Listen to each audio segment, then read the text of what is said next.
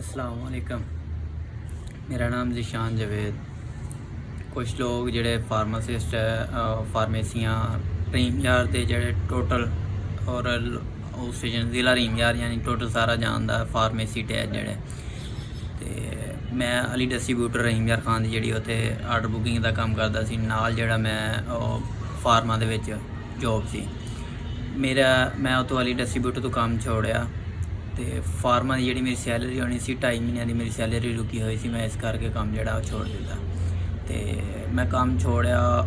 और सैलरी जी ना डिस्ट्रीब्यूटर रमज़ान वाला साहब जोड़े ओनर आ उन्होंने सैलरी जी ना क्रैडिट नोट मंगवा लिया भी असी जरा ना मुंडे नाल हिसाब किताब करना तो साढ़े उन्हें पैसे देने तो इस करके जी तुसी क्रैडिट नोट भेज दो। कंपनी ने क्रैडिट नोट भेज दिता, महीना हो गया ठीक है। मैं कंपनी ने रबता करता सी, वो कहते जी असी क्रैडिट नोट भेज दिता, लेकिन मैं इत्थे दफ्तर फोन करता सीगा पहला कदे मेरा फोन चकते नहीं सी।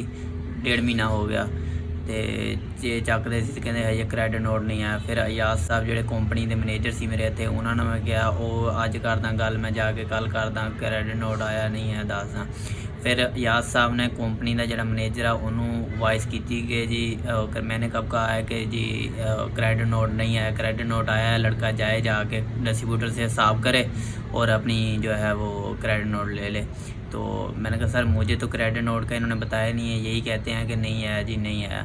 तो फिर मैं अयाज साहब के पास गया, मैंने कहा सर आप मुझे कह रहे अभी तक आपने नहीं बताया था कि क्रेडिट नोट आया, लेकिन आपने वॉइस की है मैनेजर साहब को वहाँ इस्लामाबाद के जी क्रेडिट नोट आया, मैंने कब कहा है। तो अयाज साहब कहते जी मैं अभी उनसे रमज़ान साहब वालों की ना शादी है, आज जुम्मा है, आज शादी है, तो उसके बाद जी वो करेंगे। अभी मैंने कहा फ़ोन उठाते हैं क्रेडिट नोट नहीं आया क्या कह देते हैं, कंप्यूटर वाला लड़का क्रेडिट नोट नहीं आया ये कह देता है, इसमें शादी का क्या लगा। हाँ भी तो कह सकता है ना कि क्रेडिट नोट आया है, शादी से फ्री हो जाएंगे। फिर ये तो ना देने वाली बात हुई ना। 2-3 सेलमैन जो पहले इनके पास काम करके गए हैं उनके भी पैसे ऐसे मारे हैं, लेकिन तब सारा दिन आउट स्टेशन होते थे, लेकिन इतना पता नहीं था। ये बाद में चला है कि ठीक है जी पैसे मारे हैं। तो मेरे साथ ये चीज़ होनी थी, मुझे पता था कि मुझे पहले मैंने इसलिए ना पहले मेरे दोस्त से मशवरा किया था, उसने कहा स्टॉक कटवा के ना घर रख लो अगर छोड़ना है तो, वरना आपके पैसे जो सैलरी है ना वो मर जाएगी। तो मैंने स्टॉक कटवाया था। उसके बाद रमज़ान साहब जो हैं वो अपनी वाइफ को लेके मेरे घर आए, तो मैं घर से बाहर था, वो घर उसकी वाइफ आई आन के, उसकी वाइफ ने तड़ियाँ छड़ियाँ दी, हम पुलिस को बुला लेंगे, हम ये कर लेंगे, हम वो कर लेंगे। तो मैं जब घर आया तो फिर बात की, रमज़ान साहब कहते हैं, मैंने कहा ये बात है दफ्तर की और दफ्तर में ही ये बात होगी। नहीं जी हमने अपनी आपकी वालदा से बात करनी है ये वो। तो उन्होंने मेरी अम्मी से बात की, उन्होंने कहा जी हम आपके बेटे की जो सैलरी है वो हम कंपनी से लेके देंगे, आप जो है ना वो इसने जो स्टॉक कटवाया है उसकी पेमेंट या स्टॉक दे दें। तो स्टॉक मैंने 2-3 दिन बाद जैसे ही आए फिर मैंने दे दिया। मैंने कहा जी अब आपकी ज़िम्मेदारी है कि मेरी जो है ना सैलरी वो आप लेके देंगे। तो मुझे स्टॉक जब ये ले गए थोड़े आगे जाके इधर घर में उसी दिन कहते हैं अगर काम नहीं करोगे तो सैलरी कैसे आएगी। सैलरी भी इन्होंने ही मेरा रुकवाई कि जी अगर, क्योंकि 1 महीना पहले मैंने इनको कहा था कि मैंने काम छोड़ना है, तो इन्होंने सैलरी इसीलिए रुकवाई कि 2-3 महीनों की अगर सैलरी इनकी रोकेंगे तो सैलरी के चक्कर में लगा रहेगा। तो मैंने तो काम छोड़ना था, हालांकि क्योंकि बहुत ज़्यादा जो है ना वो डिस्टर्ब कर रहे थे, इसलिए मैंने तो है ना ऊपर से मेरी तबीयत ख़राब थी, मैंने काम छोड़ दिया। तो अभी ये क्रेडिट नोट मंगवा लिया है और महीना हो गया मुझे नहीं बताया। तो मैं सीधा याद साहब से बात करके सुबह के मैं चला गया ऑफिस जब गया तो याद साहब भी वहाँ आ गए, जो मेरे कंपनी के मैनेजर थे वो भी वहाँ आके वहाँ जाके उन्होंने भी ये बयान बदल दिया जी अगर सेल कम थी इसी वजह से। हालांकि मेरी सेल 19 दिन, मैंने आखिरी महीने में 2 महीने पहले की जो सैलरी रुकी और आखिरी महीने जिस दिन मैंने काम छोड़ा 19 तारीख थी, 19 तारीख तक एक 70-80 तक की सेल थी, ठीक है। लेकिन वहाँ जाके उनके भी बयान बदल गए। अब इनका चक्कर ये है कि जी सेल कम बताएंगे तो कहेंगे जी कंपनी ने सेल कम थी इसलिए सैलरी नहीं भेजी। तो मैंने कंप्यूटर वाले से बोला कि आप क्रेडिट नोट आया आप मुझे क्यों नहीं बता रहे, कम से कम ये तो बता सकते हैं ना क्रेडिट नोट आया। जी क्रेडिट नोट रमज़ान साहब ने मुझे बताने से मना किया था।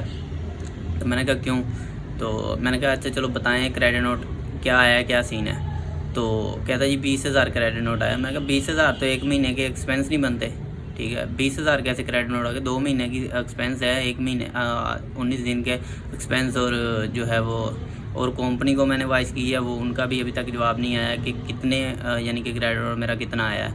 मैं कम से कम 76,000 रुपये का जो क्रेडिट नोट वो बनता है। तो इस चक्कर में अभी इन्होंने रोका हुआ है, ठीक है। ऊपर से रमज़ान साहब का जो बेटा है अली, वो मुझे तड़ियाँ दे रहा है, जी आप हमारी बहुत जान पहचान है, हम ये कर लेंगे, हम वो कर लेंगे, आप देख लो क्या कर। मैं कहा जी आपकी जान पहचान होगी, ठीक है। ड्रग इंस्पेक्टर रमज़ान वाला साहब जो हैं, कंपनी के ऑनर जो है ना अली डिस्ट्रीब्यूटर के, वो इधर नैब सदर हैं रहीम यार खान के, हो गए यार उनका अपना, ठीक है। मैंने इनके साथ ना कोई बेईमानी की है, ईमानदारी से काम किया है। दिन रात मैंने इतना काम किया है कि मैंने जुमे की अपनी छुट्टी कैंसिल कर दी, क्योंकि संडे वाले दिन इनकी सप्लाई कोई नहीं बनती थी, क्योंकि जुमे को अगर बुकिंग करें तो संडे को सप्लाई होगी। मैंने तो अपने 6-7 मंथ ऐसे ही यानी कि जुमे को भी काम किया, संडे को बगैर किसी छुट्टी के। मैंने ये भी डिमांड नहीं की कि मेरी सैलरी बढ़ा दें, ठीक है। तो बगैर छुट्टी के मैंने काम किया है। उसका सिला मुझे ये मिला है कि मेरी अभी सैलरी रोक के बैठे हैं, ठीक है। तो मुझे इंसाफ जो है ना वो चाहिए, ठीक है। बेशक ड्रग इंस्पेक्टर के साथ इनका तल्लक है, तो जैसे भी ये चला रहे हैं, किसी के साथ धोखा कर रहे हैं, जैसे भी, ठीक है। अगर ये सेल्समैन के साथ जो भी कर रहे हैं, ठीक है, अगर ड्रग इंस्पेक्टर भी इनके साथ मिला हुआ, मैं कार्रवाई टोटल करूँगा, ठीक है। मुझे हाई कोर्ट तक जाना पड़ा तो मैं हाई कोर्ट तक जाऊँगा। अगर ये ऐसी कंपनियाँ ये गरीब के साथ ऐसे धोखा करते रहेंगे तो ऐसी कंपनियाँ कभी नहीं चलेंगी, ठीक है। और मेरी ये सारे जितने भी ज़िला रहीम यार खान में, लियाकतपुर, खानपुर, सादकाबाद, जितने भी रहीम यार खान के टोटल, ये आप मेरे साथ रहें, इनका बाइकाट करें, ठीक है। इनका अली डिस्ट्रीब्यूटर का ऑर्डर बंद करें। अगर ये किसी गरीब के साथ ऐसे धोखा कर सकते हैं, ठीक है, तो इनके खिलाफ होना चाहिए, ठीक है। अगर आप ऐसे मेरा साथ नहीं देंगे तो ये इनका हौसला जो है ना ऐसे ही बढ़ता रहेगा, ठीक है। ये आगे और जो है लड़के जो भी आएगा उनके साथ ऐसे ही कार्रवाई करते रहेंगे, ठीक है।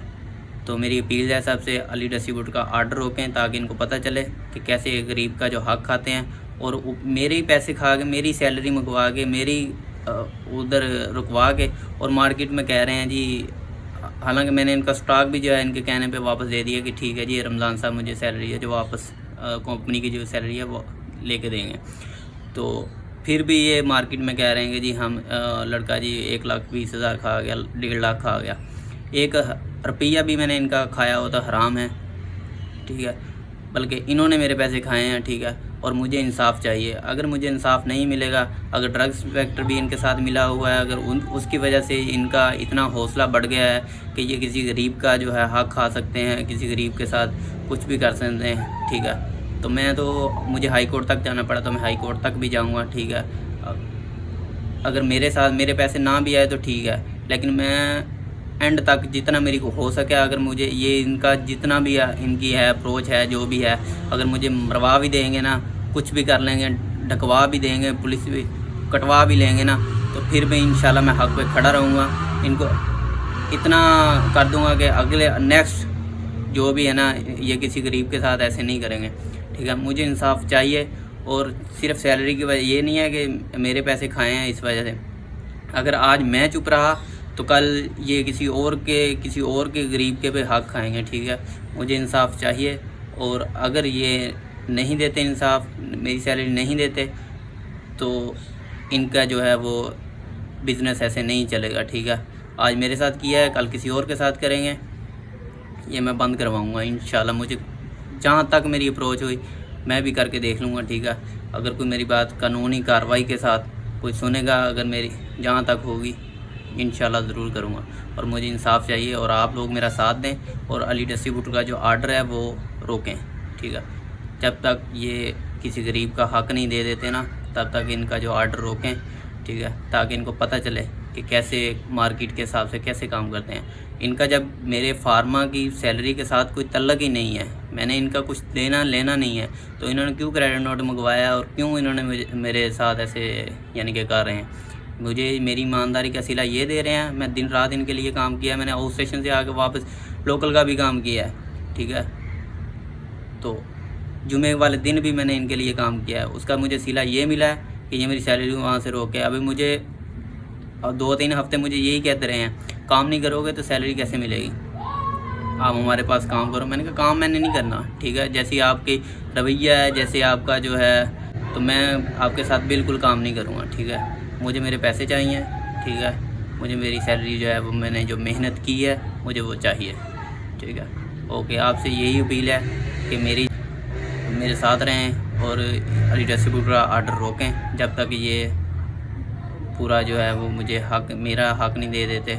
और आज मैं चुप रहा तो कल ये किसी और को भी, काफ़ी कंपनियां ऐसी हैं ये इस फील्ड में अक्सर ऐसा बहुत सारे ऐसे होते हैं, कंपनियां बहुत सारी ऐसी होती हैं जो मेडिकल ऐप सारा दिन रात, क्योंकि इसमें ये होता है कि 1 महीने की सैलरी नहीं आई, बंदा सोचता है यार अगले महीने आ जाएगी, कोई बात नहीं, वो लगा रहता है, ठीक है। 2 महीने गुजर गए, 3 महीने बाद में पता चलता है जी सैलरी नहीं आई। मुझे पहले भी एक फार्मा में मैंने काम किया था, मेडिसिना फार्मा, वो भी इनकी पास थी, उसकी मुझे 2 महीने काम किया, उसमें से 10 दिन की मुझे सैलरी आई। 10 दिन की मुझे सैलरी जो है 13,000 बनती थी, इन्होंने मुझे कहा कि 10,000 आपकी सैलरी आई है। मैंने कहा ठीक है, कोई मसला नहीं।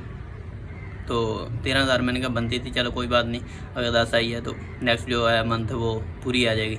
लेकिन अगले मंथ वो सैलरी उसकी भी नहीं आई, ठीक है। तो हो सकता है उसकी भी आई हो, लेकिन जब अभी ये झूठ बोल रहे हैं कि जी हम नहीं आई सैलरी, क्योंकि जब बंदा चुप कर जाता है ना, ये बंदे शरीफ बंदे की आजकल कोई ज़िंदगी नहीं है, ठीक है। और इन्होंने मुझे शराफत से जो है ना वो बिल्कुल अतमाद उठा दिया है, ठीक है। इनको लगता है कि बस जो गरीब है वो यानी कि चुप करके, जो जैसे पहले मैंने चुप कर गया था कि अच्छा कोई बात नहीं, नहीं आए तो खैर है, अल्लाह और देगा, तो अभी भी इनका यही ख्याल है कि मैं कुछ भी नहीं करूँगा। तो मैं इंशाल्लाह अपनी आवाज़ बुलंद करूँगा, ठीक है, और इनको सबक लाजमी दिखाऊँगा।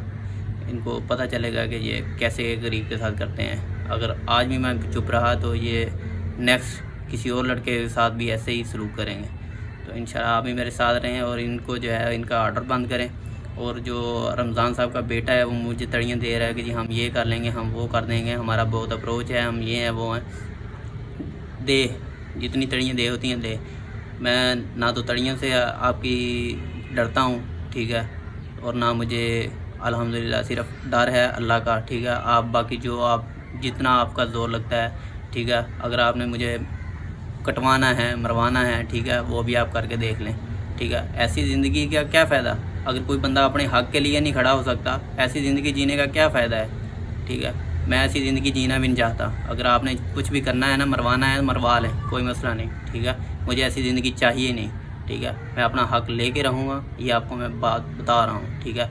अगर ड्रग्स इंस्पेक्टर भी इनके साथ मिला हुआ है कि जी उसकी वजह से, उसकी सपोर्ट की वजह से इतना ये लोगों के साथ कर रहे हैं कि किसी का हक़ खा रहे हैं ये, तो वो भी मैं बाद में, अगर ये कंफर्म नहीं है, लेकिन अगर वो इसके साथ होगा तो इंशाल्लाह मैं पूरी, अगर मुझे हाई कोर्ट तक भी जाना पड़ा तो इनके ख़िलाफ़ इनकी कंपनी बंद करवा के रहूँगा, ठीक है। अगर मेरा हक़ नहीं देते तो मैं जहाँ तक मेरी अप्रोच होगी मैं जाऊँगा।